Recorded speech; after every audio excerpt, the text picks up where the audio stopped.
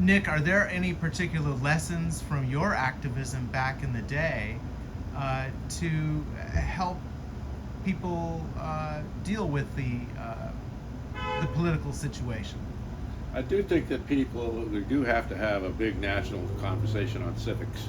I think that it's really important that people get a refresher on whatever it is they took in high school, for better or for worse, to learn about our democracy, why it's important, and what are the safeguards that have to be there.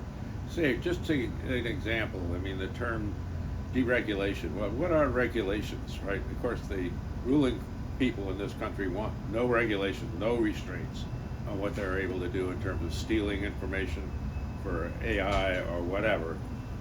And regulation is just another way of saying protection. Regulations are protections to for the American people against abuse and against hazards that they might run into.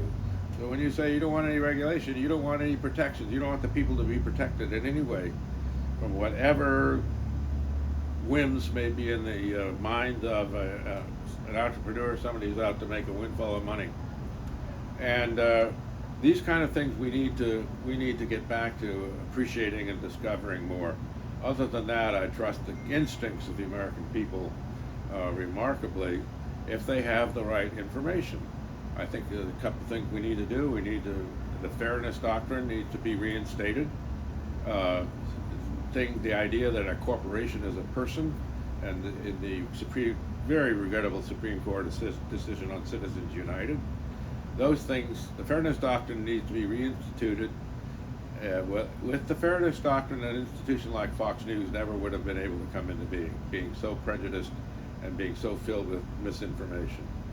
And getting rid of Citizens United, getting corporate money out of politics, and maybe having the state, as some countries in Europe do.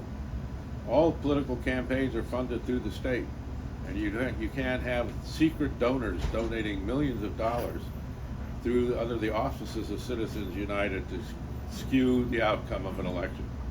After all, it's the people in this country versus about 2% of the population who represent a massive accumulation of the wealth and influence in this country. And so if it was right-sized, that would be the balance in this country. The 88% being the people and their interests to just live productive and useful and happy lives, versus the 2% who have to feel they've got to present misinformation and screw the rest of us. So that's what it comes down to.